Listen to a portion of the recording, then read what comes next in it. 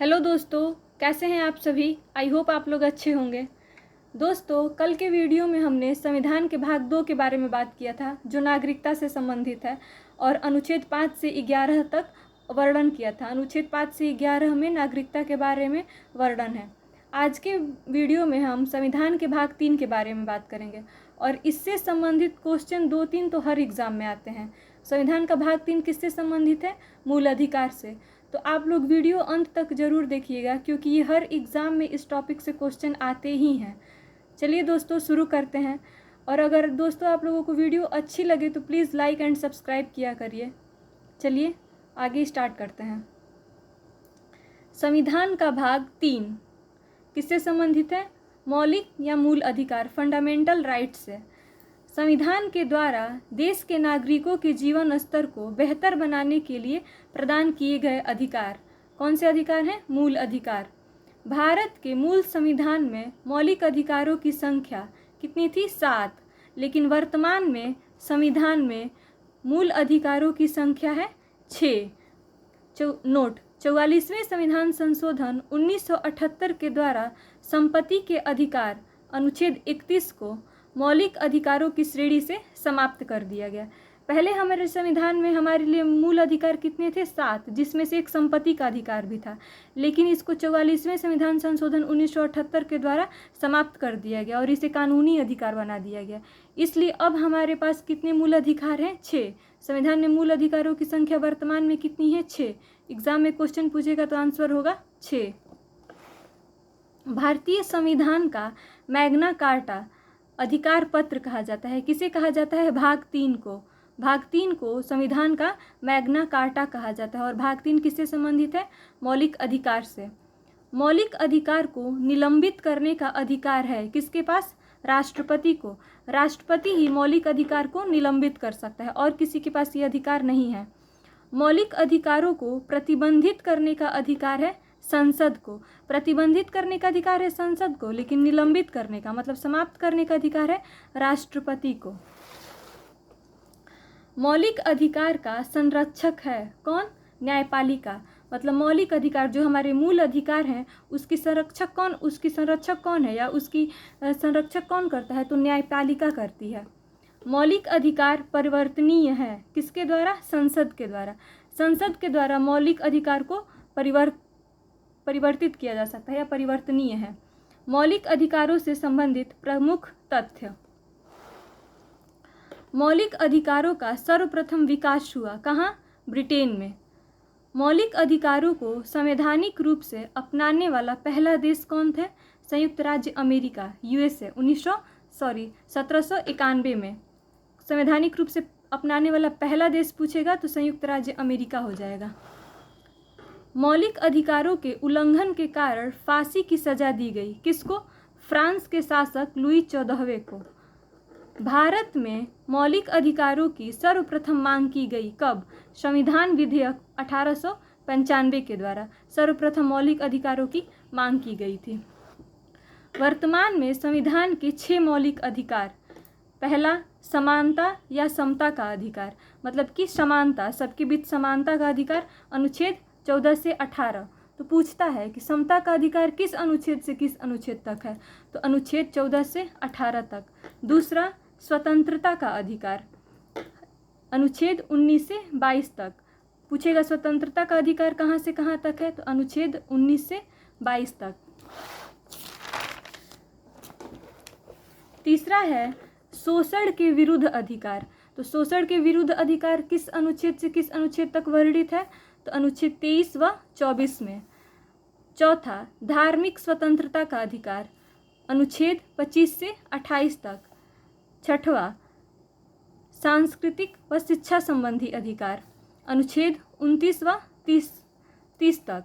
और संवैधानिक उपचारों का अधिकार, अनुच्छेद 32 तक। 2 उधर थे, समता का अधिकार, स्वतंत्रता का अधिकार, शोषण के विरुद्ध अधिकार, धार्मिक स्वतंत्रता का अधिकार, सांस्कृतिक व शिक्षा संबंधी अधिकार और संवैधानिक उपचारों का अधिकार। संवैधानिक उपचारों का अधिकार अनुच्छेद 32। ये इंपॉर्टेंट है, ये भी आता है कि संवैधानिक उपचारों का अधिकार किस अनुच्छेद में इसका वर्णन है? तो अनुच्छेद 32 में। चलिए इसका एक्सप्लेनेशन देखते हैं। समानता या समता का अधिकार, अनुच्छेद 14 में क्या है? विधि या कानून के समक्ष समानता है, मतलब कानून की नज़र में सब समान है। अनुच्छेद 15 धर्म, जाति, लिंग, वंश व स्थान के आधार पर विभेद न करने की समानता। जैसे किसी को हम धर्म के नाम पे, जाति के नाम पे, लिंग के नाम पे, वंश, स्थान के आधार पर भेदभाव करते हैं तो वो भेदभाव नहीं करना चाहिए। इसका वर्णन किस अनुच्छेद में है? अनुच्छेद 15 में। अनुच्छेद 16 लोक नियोजन में अवसर की समानता। लोक नियोजन जैसे सरकारी नौकरी है तो उसमें अवसर की समानता, मतलब सबको अवसर मिलना चाहिए, अवसर मिलने में किसी के साथ भेदभाव नहीं होना चाहिए। इसका वर्णन कहाँ है? अनुच्छेद 16 में, लोक नियोजन में अवसर की समानता। अनुच्छेद 17 अस्पृश्यता का अंत, मतलब कि छुआछूत का अंत, अस्पृश्यता का अंत। ये तो बहुत बार एग्जाम में आया है कि अस्पृश्यता का अंत किस अनुच्छेद में वर्णन है इसका? तो अनुच्छेद 17 में।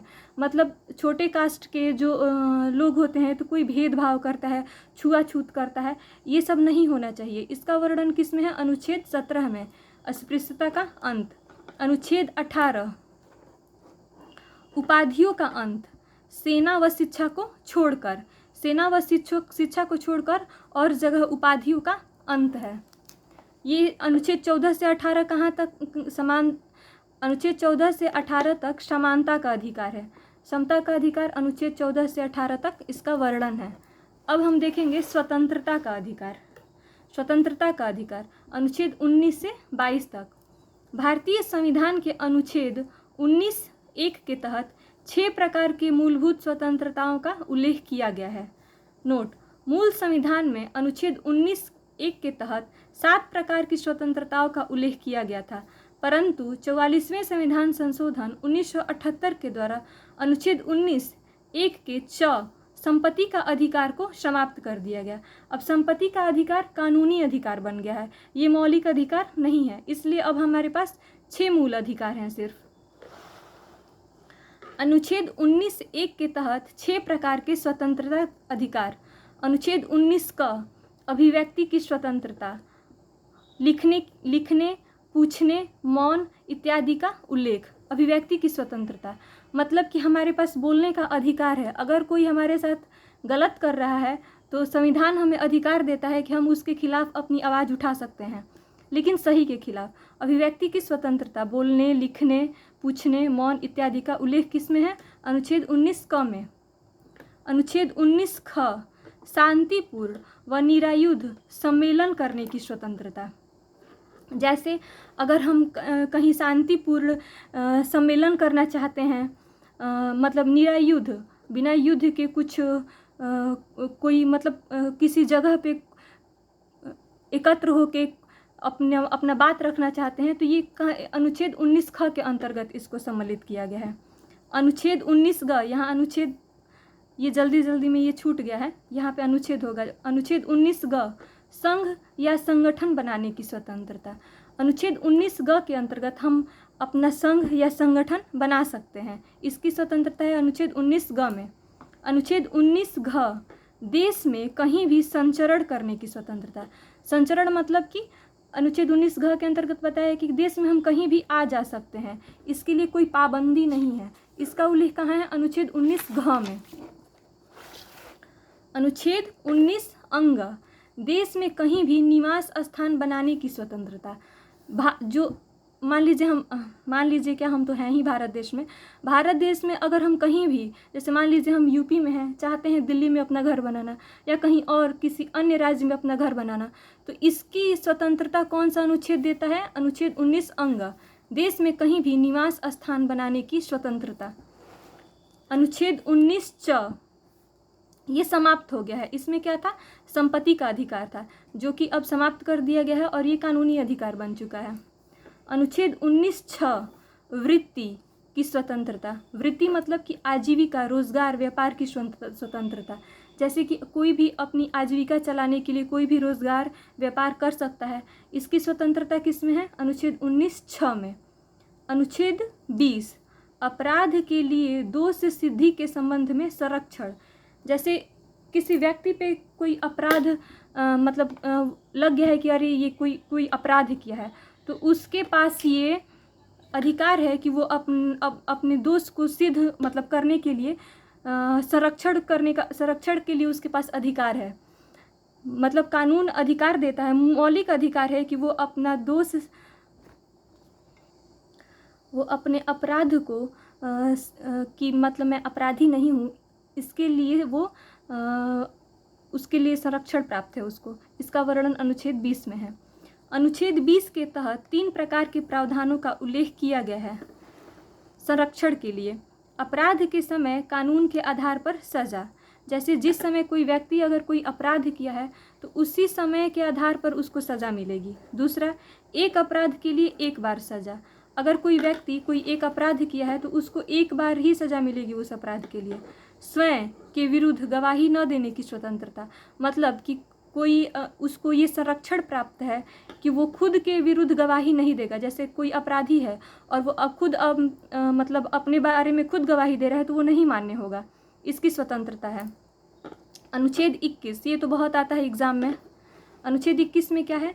प्राण व दैहिक स्वतंत्रता का अधिकार, मतलब जीवन जीने का अधिकार। अनुच्छेद 21 के तहत प्रत्येक नागरिक को स्वच्छ जल, स्वच्छ वायु, स्वच्छ पर्यावरण, स्वास्थ्य सुविधाएं, निजता का अधिकार, विदेश जाने, एकांत का अधिकार इत्यादि मौलिक अधिकार प्रदान किए गए हैं। ये इम्पॉर्टेंट है, आता है एग्जाम में कि अनुच्छेद 21 प्राण व दैहिक स्वतंत्रता का अधिकार किस अनुच्छेद में है? तो अनुच्छेद 21 में। अनुच्छेद 21 का 6 से 14 वर्ष के बच्चों को अनिवार्य व निःशुल्क शिक्षा का अधिकार, ये किस में है? तो अनुच्छेद 21 क में। अनुच्छेद 21 क को 86वें संविधान संशोधन 2002 के द्वारा जोड़ा गया था। अनुच्छेद 22, कुछ दशाओं में गिरफ्तारी में संरक्षण, जैसे कुछ दशाओं में गिरफ्तारी में संरक्षण मिलती है उसके बारे में बताया गया अनुच्छेद 22 में। अनुच्छेद 22 के तहत गिरफ्तारी से संरक्षण हेतु 3 प्रावधानों का उल्लेख किया गया है। पहला, कारण पूछने का अधिकार। दूसरा, गिरफ्तारी के 24 घंटे के भीतर मजिस्ट्रेट मतलब न्यायालय के समक्ष प्रस्तुत होने का अधिकार। आवागमन को छोड़कर, जैसे मान लीजिए कोई गिरफ्तार होता है तो गिरफ्तारी के बाद 24 घंटे के भीतर उसको मजिस्ट्रेट न्यायालय के समक्ष प्रस्तुत होने का अधिकार है। आवागमन मतलब जो आने जाने का जो टाइम होता है उसको छोड़ के 24 घंटे के भीतर। तीसरा, मनपसंद कानूनी सलाह प्राप्त करने का अधिकार। अगर कोई व्यक्ति दोषी है और वो अपने लिए वकील करना चाहता है तो उसके लिए मनपसंद कानूनी सलाह प्राप्त करने का अधिकार है किस अनुच्छेद के तहत? अनुच्छेद 22 के तहत। चलिए दोस्तों, इस वीडियो में हम इतना ही रहने देते हैं। कल के वीडियो में हम शोषण के विरुद्ध अधिकार अनुच्छेद 23 से 24 से स्टार्ट करेंगे। दोस्तों, वीडियो अच्छी लगी हो तो प्लीज़ वीडियो को लाइक एंड सब्सक्राइब करिएगा, और ये वीडियो आप लोगों के लिए बहुत यूज़फुल है। इससे एग्ज़ाम में क्वेश्चन आते ही हैं, तो प्लीज़ वीडियो को देखिए और समझिए, और अच्छी लगे तो सब्सक्राइब करिए। Thank you.